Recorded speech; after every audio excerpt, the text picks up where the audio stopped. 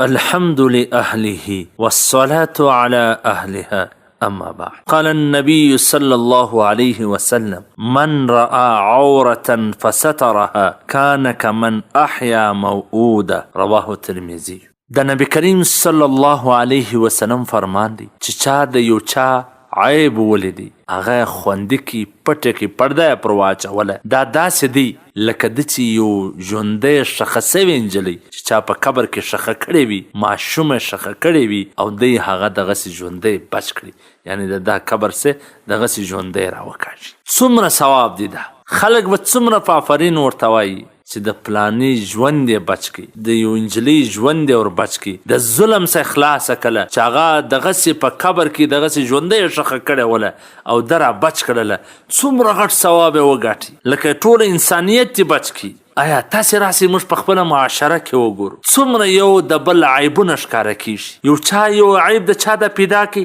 ژر د ژره به یې میډیا ته ورکړي، د لایکونو دپاره، د کومنټو دپاره، د زیات شیرینګ دپاره. دې ته نه ګوري چې زه څومره غټ جرم کوم، زه د یو مسلمان پرده اخم، زه د هغه عزت اخم، زما دنیا او آخرت په دې باندې خرابیږي و دې ته پام نسته. دا د پلانی ویډیو د وی ګوري، دا د پلانی تصویر دی وی ګوري، هغه خو جرم کړی دی، ګناه کړی ده، ظلم یې کړی دی چې د هغه څه تصویر واخلي، د هغه څه ویډیو جوړه کړه، تا بیا پر ظلم باندې ظلم وکړي چې دنیا ته دې وښکاره کړه، یو یې هلته نشري، بل یې هلته نشري، بل یې هلته نشري، ټوله یو د بل د پردې په اخیستلو پسې لګېدلي دي. تا ته څه راځي؟ ستا کور ته څه راځي؟ که چیرې ته په خبر سوې پرده باندې واچې د عیب خوندي کې، نو الله به ستا عیبونه خوندي کړي. تاکې عیبونه نسته، هر څوک د عیبونو څخه دی ډک دی، په کور کې به ناستې الله به دې رسوا کړي. نو د یو زنانې، د یو خور، د یو ورور، د یو مسلمان عزت اخیستلو کوشش مه کوئ، پرده باندې واچوئ. انسان دی غلطي ځینې وسوله،